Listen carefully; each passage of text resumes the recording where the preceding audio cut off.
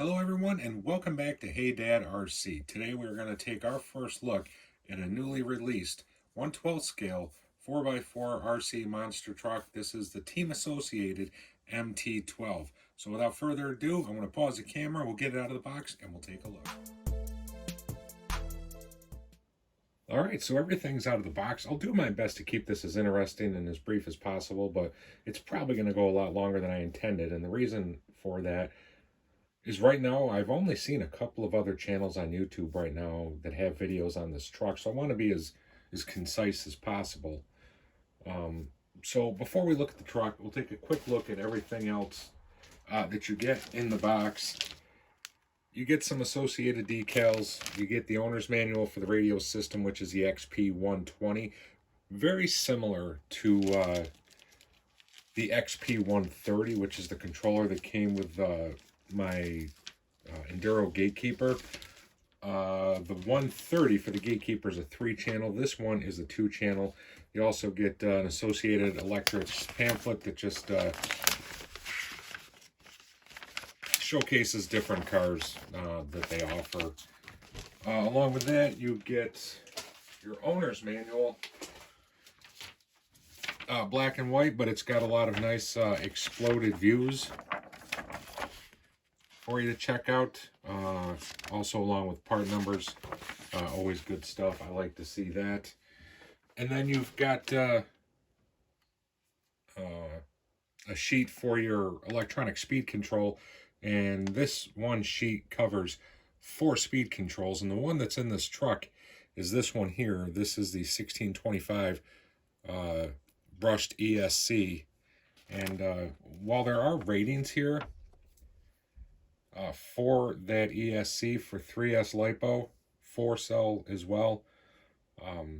Other video that I did see on this truck, that while the ESC will take a 3S, the motor will not last all that long.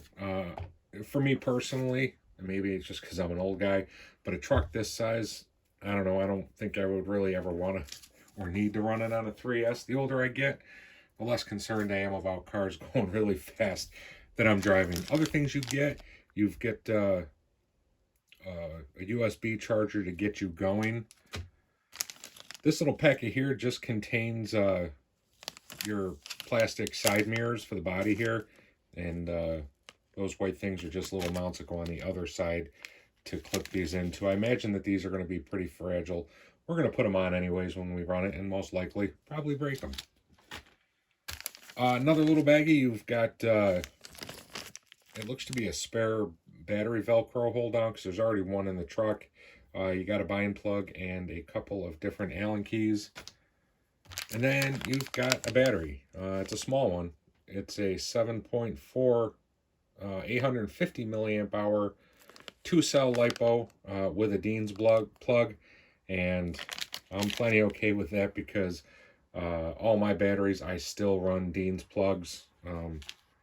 I've just personally never had any issues with them. I like them, so that's that. Onto the truck. This thing looks really sharp. The body is reminiscent, you know, of older style square body type trucks. Always nice to see that. And, you know, the striping on the sides and everything just gives it that old school 80s vibe. At least to me it does. But the body came out, looks pretty nice. Decal placement for the most part is pretty good. There is a little bit of peeling up in a couple of areas. Decals over your windows, they're not clear. I imagine if you wanted, you could probably take those off without a lot of hassle to get clear windows. I don't really care about that one way or the other. I did notice here on the back, you have some overlapping of your pin striping where they're coming around, and they're overlapping right here on the corner. You know, it is what it is, but overall, this is a sharp-looking truck, and little accents that you get. You do have plastic door handles, plastic windshield wipers, chromed out plastic light bar on the top, which does not have the LEDs. They are LED ready though. So I just got to figure out what size. I very well might get a a light kit to put up in there just because I think it would look pretty cool.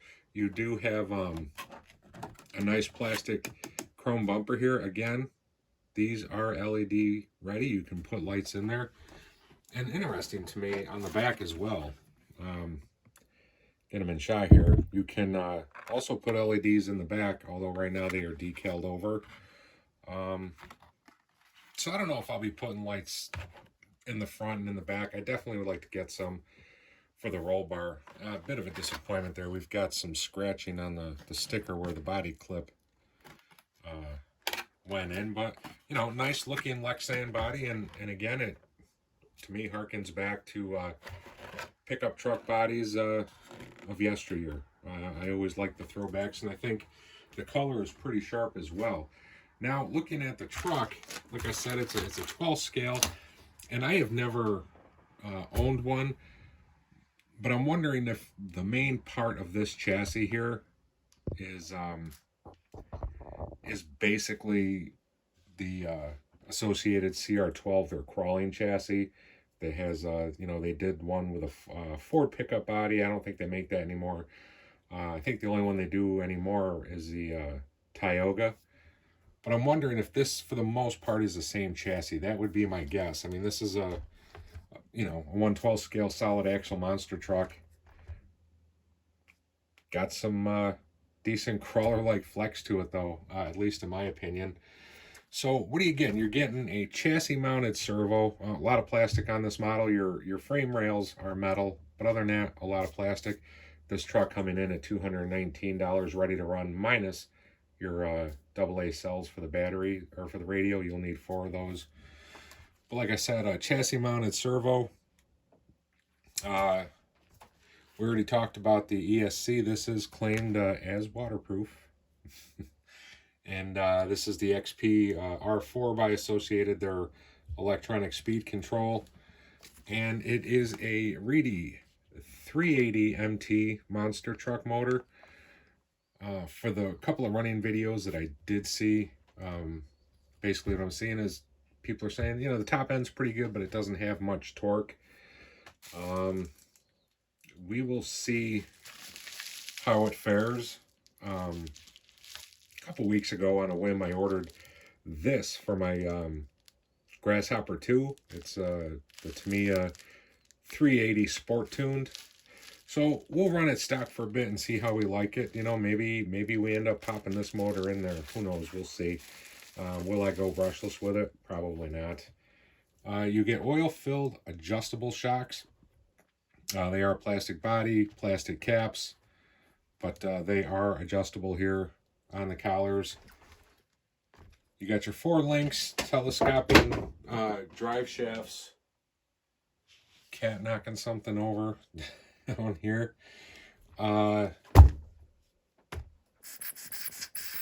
Tires don't feel, you know, exceedingly soft. They're pretty rigid, so I imagine the tread on these is going to hold up for some time. You know, what kind of grip will they give you?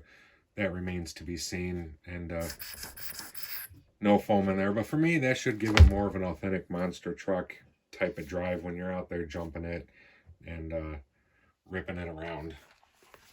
But I think that is about going to do it for this one, guys. Again, your battery goes here. You got your Velcro strap here, and thankfully there looks to be plenty of room. I have a couple of LiPo shorty packs with greater milliamp hours than the stock battery, so I'm sure at some point we'll be using that. But yeah, I think for the most part that is going to do it. I just wanted to give everybody a quick look at the newest solid axle monster truck on the market. Like I said, it's not an LMT, it's not an axial SMT10. It's something new and very different. And I think in subsequent videos, what I'll do, my initial plan is right now, because it is Thursday night, the weekend, finally we're looking at some nice weather all weekend long. And so I would definitely like to get this out for its first stock run. I'm also hoping to get together with a buddy, and we're going to run the LMT mud trucks out back and maybe do a little racing. I might get some footage of that if we hook up and go out and play out back.